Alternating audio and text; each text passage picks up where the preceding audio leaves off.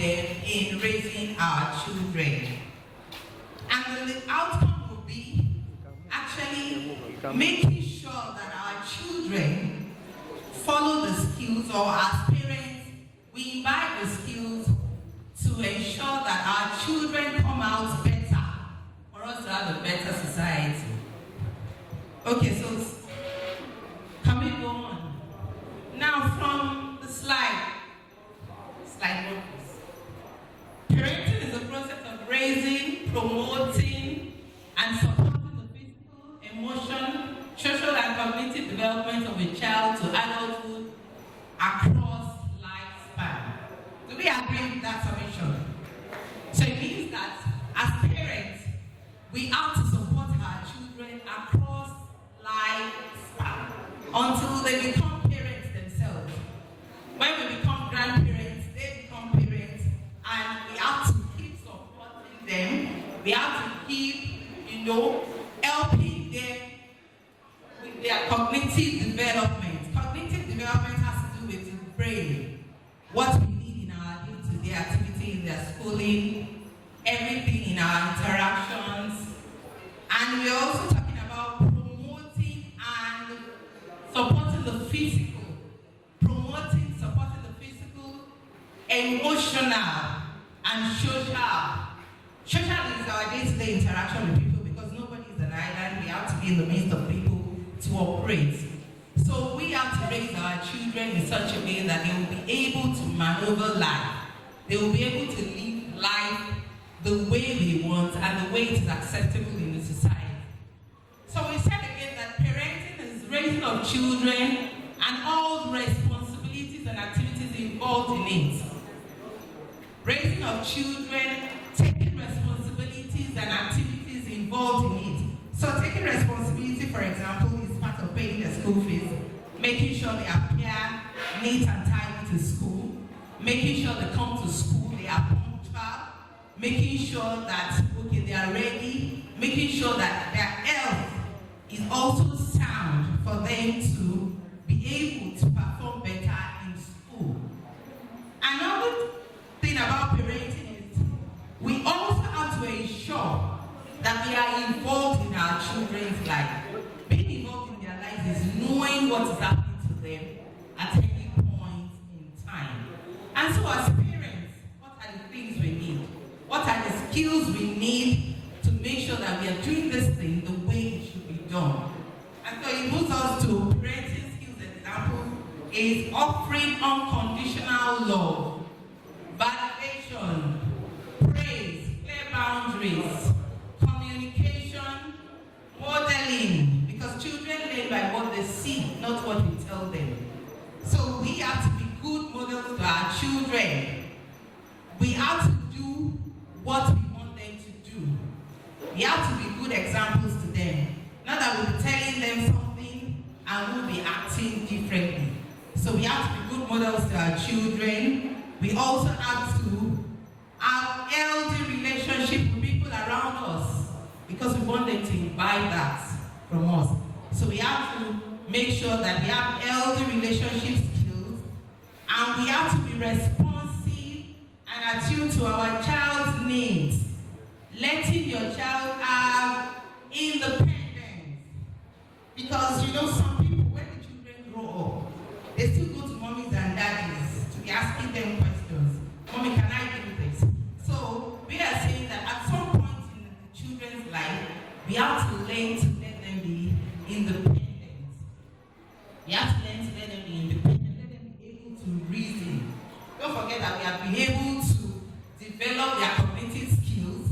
And so with that, we believe that a child that has a sound cognitive skill will be able to reason alone, will be able to reason well for a better society. So we're not talking about the 3 R's of parenting. Why do we want to have a child? The responsibility you have as a parent, then the resources you will need to raise a child. Why do we want to have children? People have different reasons for wanting to have a child. Some people want to have children because they want people to take care of them. in old age, but you know that if you don't develop such a child, even in the old age, the child will not be useful. We don't pray to have such a child, but it's something that we have to be doing from day one. Our day one, we must have a good reason for wanting to have a child. And we are saying that the responsibilities, what are the responsibilities of having children? You must be able to clothe them, feed them, shelter. Food, clothing, and shelter, they are basic. Then apart from that, going to school, good schools, because you want them to be academically sound, you want them to come out, you want them to have good achievements. We have talked about people that have graduated from Martin now, but you know that it is only when we see them in high places where they are doing well that we want to identify with them. Nobody wants to identify with somebody that is at the bus stop as an area boy, or somebody that is a pickpocket, or somebody that, you know, a thief, or an armed robber. So that's why it is very important for us to know the skills that we need and to imbibe, making sure that all these skills, we put them into practice for our children to be better than any other. The next slide. So we're not talking about the characteristics of a parent. You must be bearing, you must have courage, decisiveness. From all the things on the board, I hope we know the meaning of all these things. Being decisive, dependable. Do we know the meaning of that? Parents, you have to be decisive, endurance. We must be enthusiastic, think about our day-to-day activity, and also initiative, you know, being creative, bring out ideas from them, push them to do good, better. Then integrity. We all know the meaning of integrity. You must be a person that we all want to associate with, somebody we want to reckon with. Then judgment. Judgment, what I mean is being fair. Not that you will be judgmental because you will think that, okay, because your child is involved with another child, you will at all times you think that your child is better off. But being judgment here is talking about fairness. You must be fair in your dealings with children. Then knowledge. You cannot give what you don't have. So you must be knowledgeable. Know what you want to give your children. Children cannot come home and be like, okay, mommy, they gave us this assignment. Sometimes you may need to rush to your Google to check it up yourself so that you know what you're doing, so that you don't pass on a wrong information to the child. So you must know what you're doing because you can only give what you have. Then again, we're talking about loyalty. You know, we should be our children's #1 fan. That's why I'm surprised parents are not here. Something is happening in your child's school and you're not there. You must be your child's #1 fan. The school your child is, you must be loyal. You must come there, you must relate, have good relationship with, you know, teachers, the management, because your child is in their care. So you must, you know, be loyal to them. And at the same time, tact. You must also be unselfish. Don't think about yourself alone. Consider other people. Think about others. And think of what others will feel because of your own action. So you must try as much as possible to be unselfish. We are not saying, let's talk about bad parenting. We've talked about good, you know, good mannered parents. We're talking about things that we should avoid. Inconsistent. If you're saying yes, let your yes be yes. And if you're saying no, let your no be no. Don't say yes and the next minute you're changing it. It means that the child you're raising to will be very unstable. Then, dishonest. We all know what it means to be honest, so it is not good to be dishonest. Inflexible. We have to be flexible. Sometimes you have to bend your rules. If your child has a good reason for wanting to do something, you must try as much as possible to be flexible. Then we should be afraid to make decisions. Carry them along in your decision making so that they will be involved. They will know we are in it together. You can't just take decision for them. You never know if that decision is going down well with them. So you must try as much as possible to carry them along in decision making. Poor communication. I know communication is sending a message from the sender to the receiver through a channel. And communication is never complete unless it gets a feedback. And what we mean by feedback is making sure that the message you have actually passed, the person you passed it on to got it and is giving you the feedback that you want. You know, sometimes you pass messages on to children, and because of distortion or something, they might not even get that information you're passing on to them. And so when they respond, it is always different. So you should know that your communication skill must be out. And about communication again is making sure that you're using the right word at the right time. Responding instead of reacting. You know, most of us, when we're young, sometimes when we ask our parents questions, and the next thing, most our parents usually react instead of respond. Mommy, should I put it on the table? Put it on my head. And you know, most of the time, you just be like, on your head. For people that know, but for children of this, if you tell them put it on my head, they will actually bring it to your head. So sometimes we have to be sure, making sure that our communication skill is out, knowing what we're saying and getting the response we expect. Okay, then we're talking about you don't set up, doesn't step up to the situation. Something happens in your child's school, and your child needs you to be involved, and you're not ready, and you have that time. Or okay, the child is an essay competition in school. He wants mommy to help out with the, essay, and you're like, oh, I don't have time. I'm tired. You must be able to, step up to your responsibility. Be able to, be willing to help, even if you're tired at that moment. There are some things that you can say to make them actually feel that, oh, okay, mommy will help me when she's well rested. So we should learn to be that unreasonable. Because when you're unreasonable, it's like you setting standard that you know your child cannot meet. For example, the child came home with a result of having been the 20th position in class, and you now tell the child, next time, you have to be the first. I mean, that is unreasonable now, from 20 to be the first.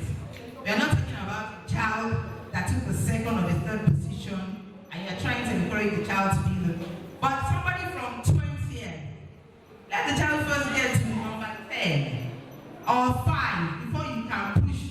So we have to be reasonable with our decision making or with our standard.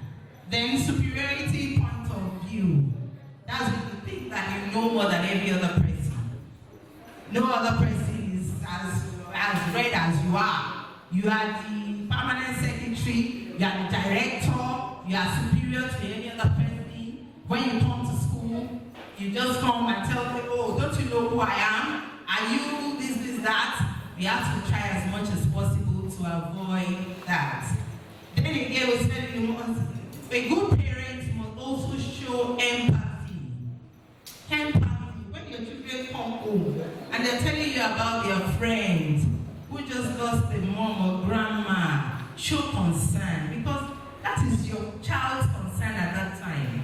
So you should also show empathy. You can even say that, okay, when I come to pick you in school, let me greet her, let me just say hello to her. So the child knows that, oh, whatever happens to me actually happened to my parents. So we must try as much as possible to imbibe this. Then self-centered, we all know what self-centered is. The lack of trust. Ooh, that's a very big one.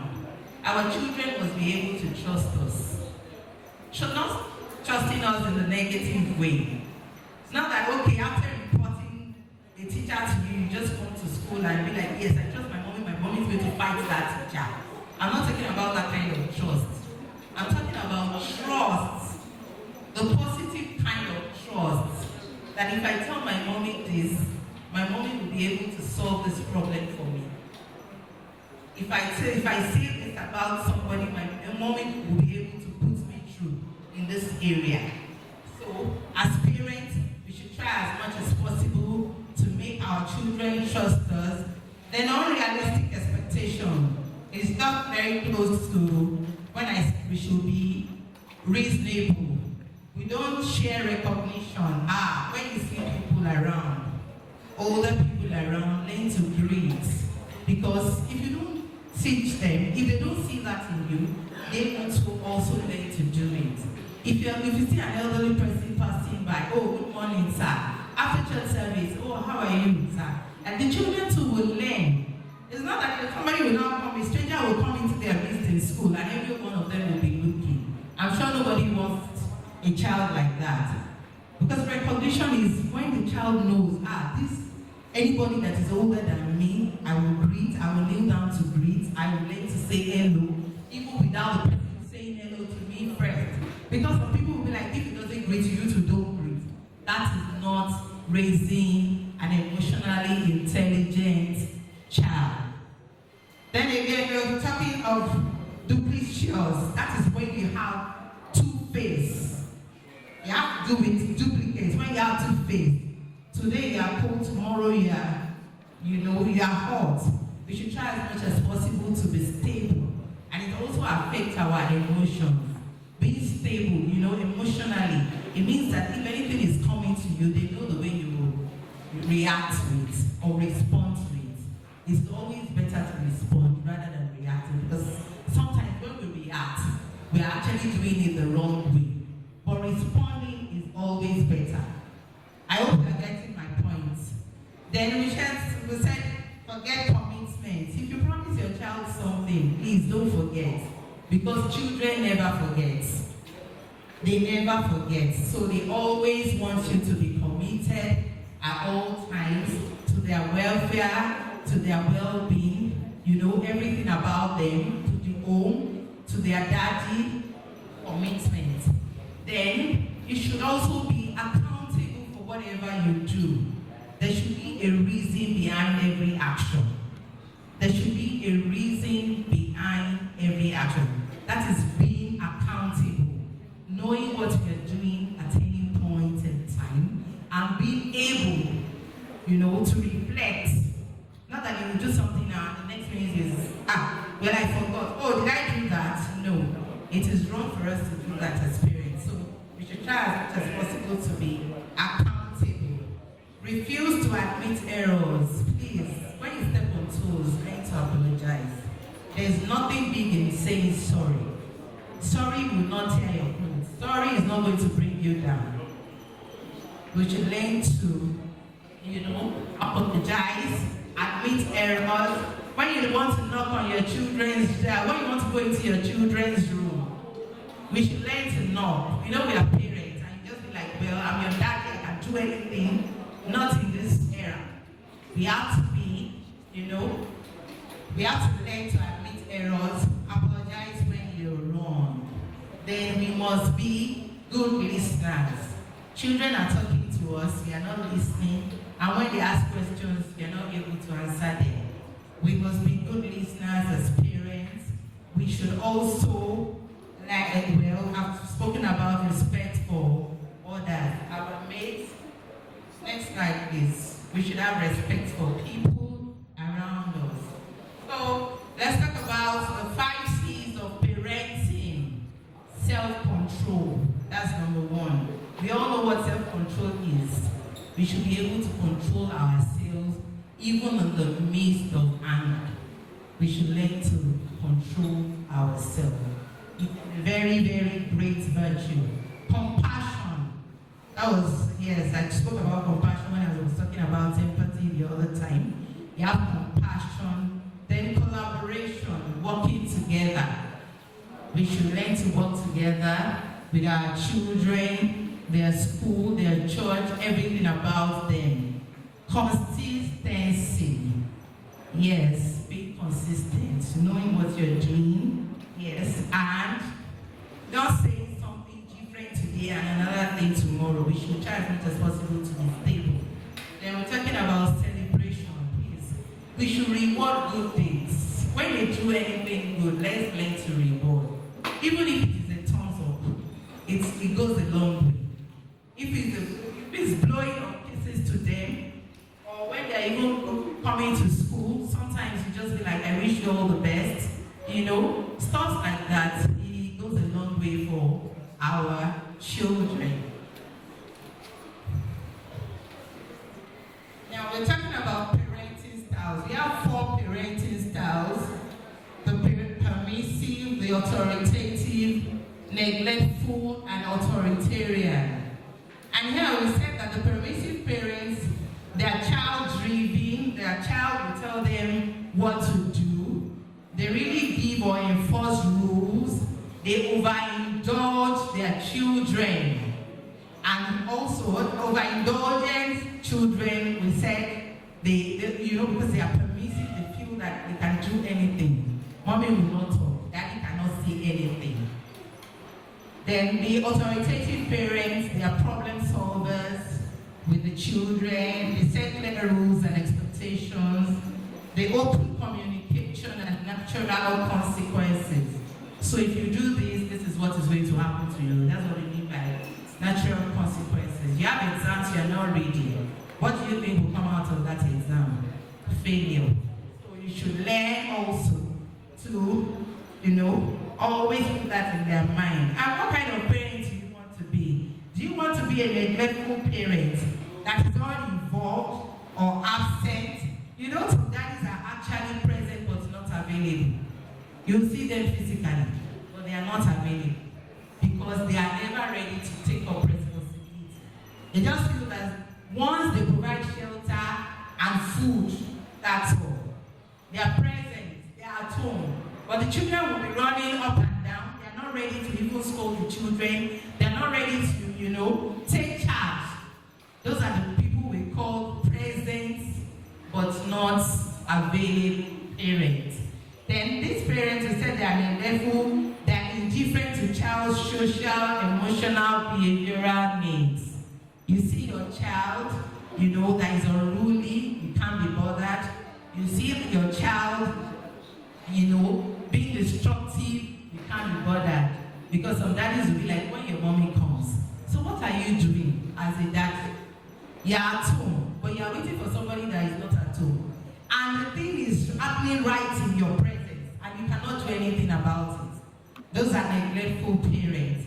The authoritative parents, okay, we talked about that. The authoritarian parent is parent-driven. Those are the master. When daddy comes, everybody's scattered. You take cover because daddy is the authority. He doesn't want to see anybody. He gives orders. He doesn't want to know how to carry out the order.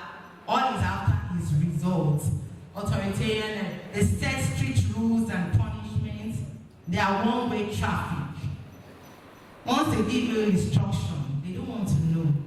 They don't even want to know if you got the information or the instructions right. Their own is bounce. One way. They're not ready to even listen to the parent. And we said that their emotion and behavioral needs of such child is always very, because of the kind of home. When such children from such home, they are not confident because of the kind of home. There's too much fear. The atmosphere is tense. When they are at home, you see them sitting quietly. But when they are outside, they behave well in a very unstable way because of the kind of home in which they come from. So we're not saying that from all those kind of, the four styles of parenting that I have mentioned, we have discovered that the parenting style that feature warmth and responsiveness is the authoritative and the permissive parent. Bringing the two together, authoritative and permissive. Don't forget, it is not the authoritarian, it is the authoritative.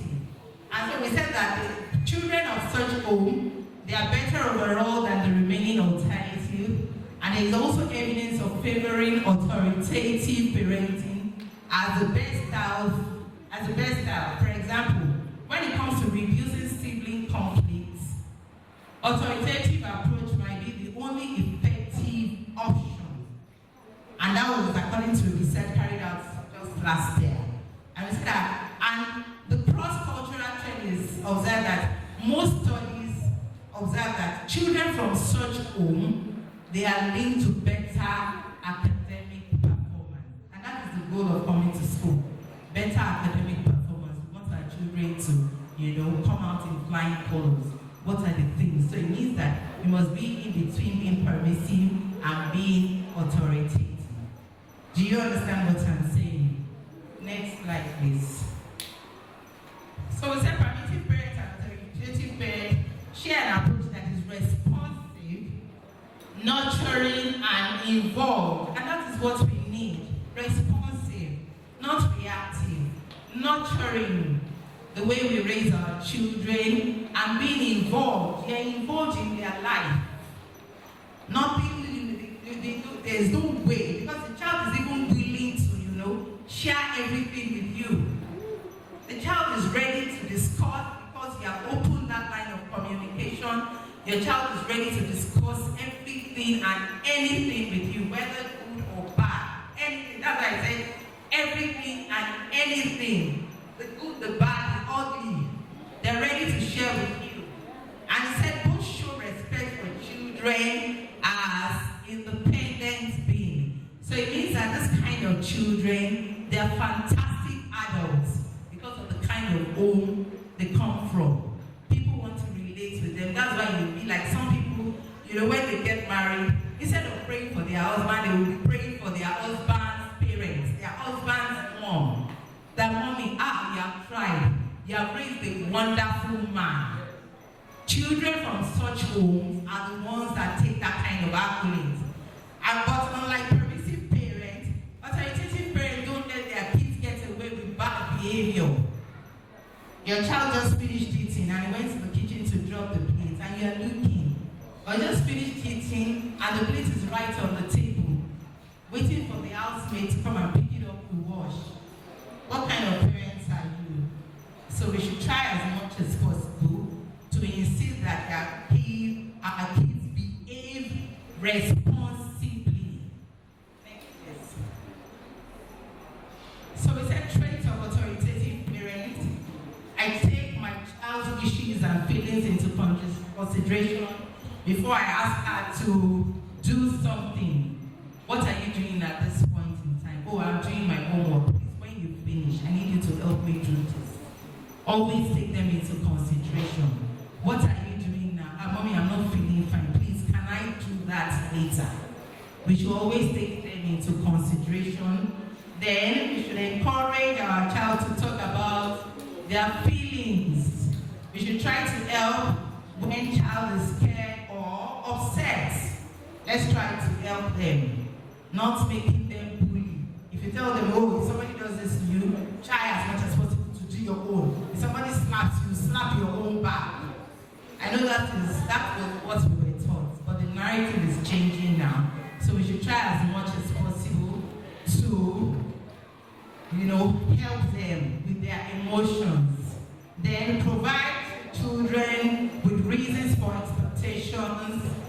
Provide children with reasons for expectation. For example, the child is in the final year in secondary school, and you're telling the child, you must have 5 credits. Okay, maybe in our old time it was credit, but now it is 5 distinctions. You must tell the child, for the course you want to do, you need all these subjects. These are the things required of you.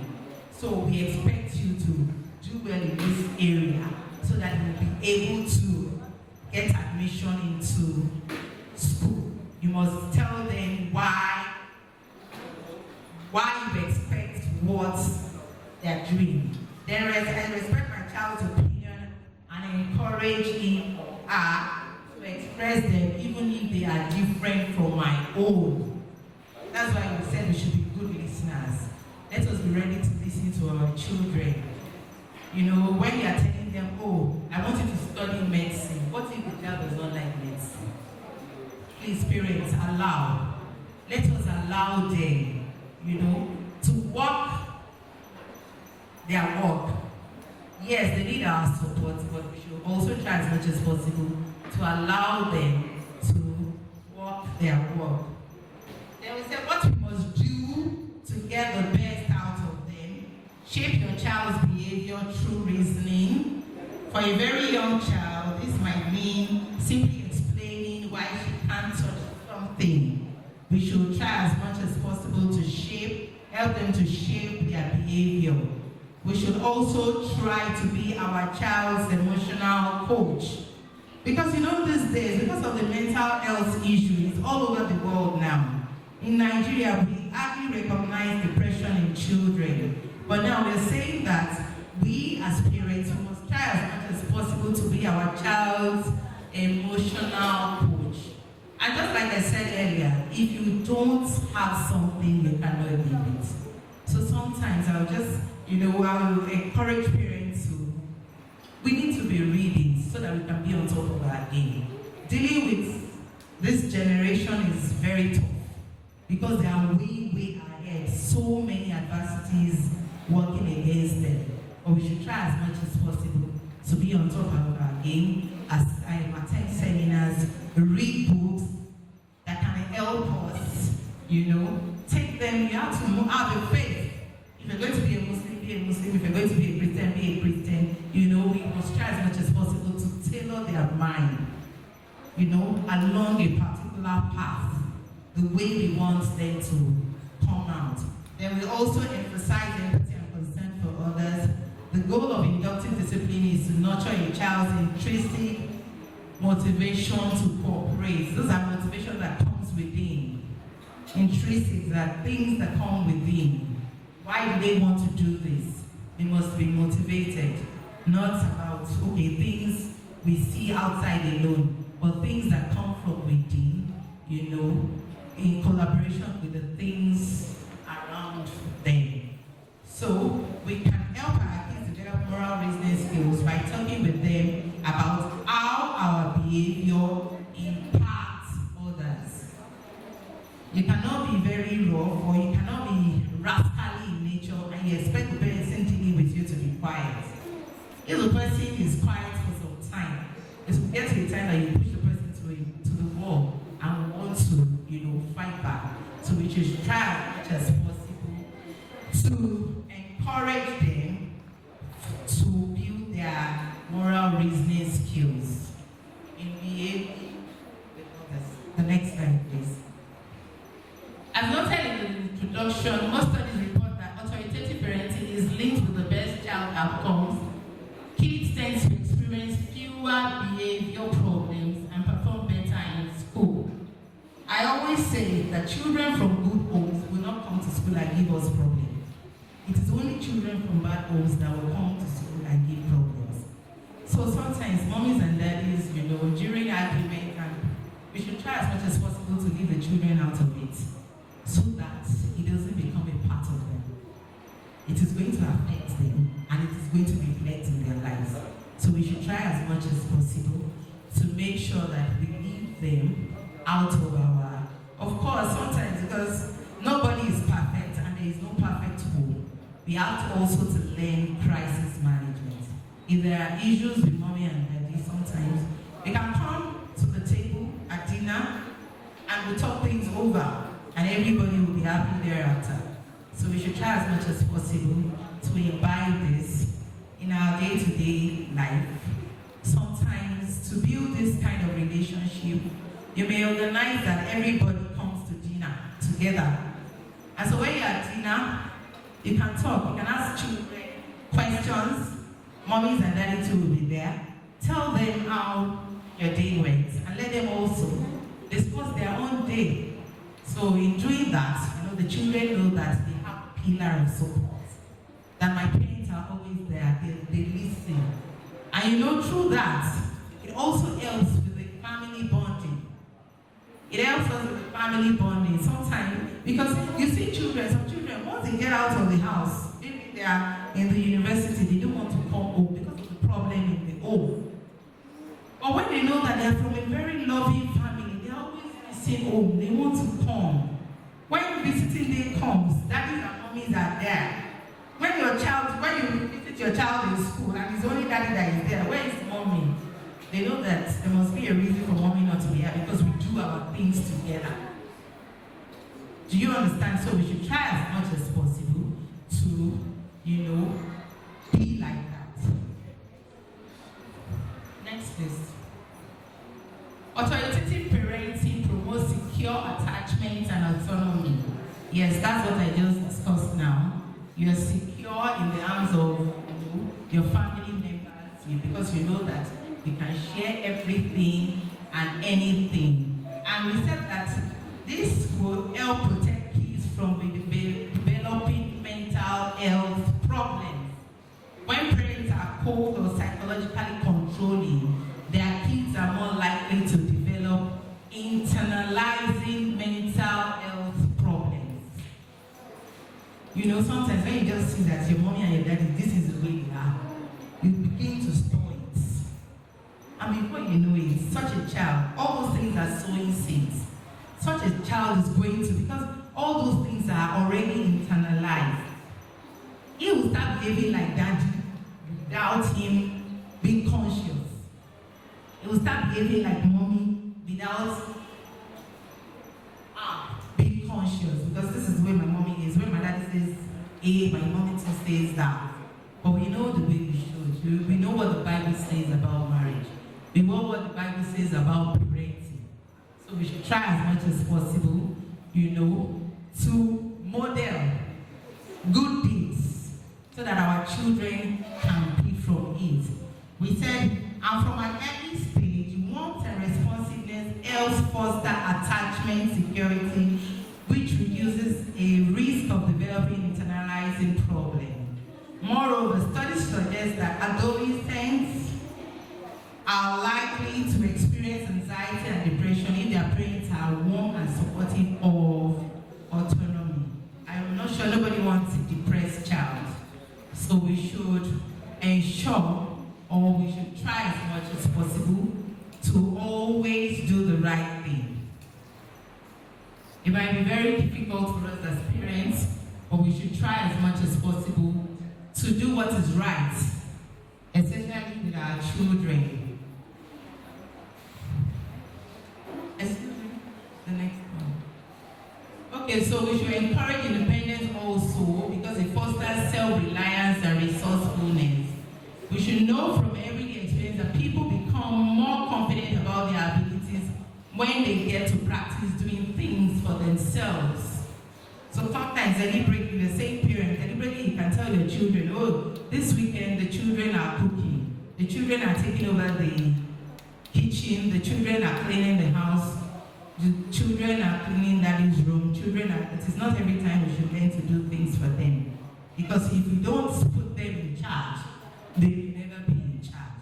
So we should try as much as possible, encourage them, give them, orders and rules, well monitored for them to carry out these things so that they will become self-reliant, so that they can function properly in the society. Then we said kids are more likely to improve their behavior if we replace shaming and negativity with friendly encouragement. These days, if you tell a child you eat too much, they'll just give you one English. That, mommy, are you saying I am? Or mommy, are you body shaming me? They'll say, we should sort out. You're like, mommy, that's body shaming. We should try as much as possible to avoid, things like that because it actually lowers self-esteem. It lowers self-esteem. And I'm sure we all want confident children, vibrant children, We want children that are very, go-lucky children. So we should try as much as possible to replace all those things that they did for us. We have to, be different. Because sometimes now, I see some pictures go viral and be like, which one did you experience? They're going to show you Omololu, slippers, all that. If you do that to a child now, I'm sorry, you may lose the child. It is not about death, but the kind of feeling the child will have towards you. That's what I mean. The child will not have confidence in you, and the child will always be looking for a way of getting out of your presence. So much as possible to be loving parents so that our children will always, even if they are very far from us, hello daddy, I just said I should call. I have an assignment. Can you help me with the assignment? Oh, what is the topic? Send it to me. Let me see what I can do. Even if you know you're not going to do it. You know, sometimes we need to encourage them. Oh, sorry, I've been very busy, but have you been able to, you know, you're pushing it back to them. But have you been able to do this? Have you been able to sort it out? Oh, sorry, I'm in a meeting. I may not be able to attend to it. Or, you know, we should learn to say nice things to our children so that they also become nice. I said because we are models, we are the ones they are looking up to, so we should try as much as possible. Say nice things to them so that they will come out, you know, as good children with high self-esteem. Kids are more likely to improve their behavior if we replace shaming. I've discussed that. Finding ways to say yet, praising kids for good choices, making sure the most family interactions are pleasant and positive. That was when I talked about us being on the dining. So we should try as much as possible to make it, you know, a pleasant interaction and a positive one at that. And when parents learn these positive parenting techniques, their children's behavioral problems tend to improve, and positivity appears to boost a child's intellectual performance as well. Okay, so because we cannot leave the Bible out of all that we are doing, I said we should go to Proverbs 22:6. Dedicate your children to God and point them in the way that they should go, and the values they've learned from you will be with them for life. It is in the Proverbs, book of Proverbs. Then another one is Proverbs 1:8-9. My son, listen to your father when he corrects you, and don't ignore what your mother teaches you. What you learn from your parents will bring you honor and respect, like a crown or a gold medal. And the last one, Deuteronomy 4:9. But you must be careful. Be sure that as long as you live, you will never forget what you have seen. You must teach these things to your children and grandchildren. I want to thank you all for listening.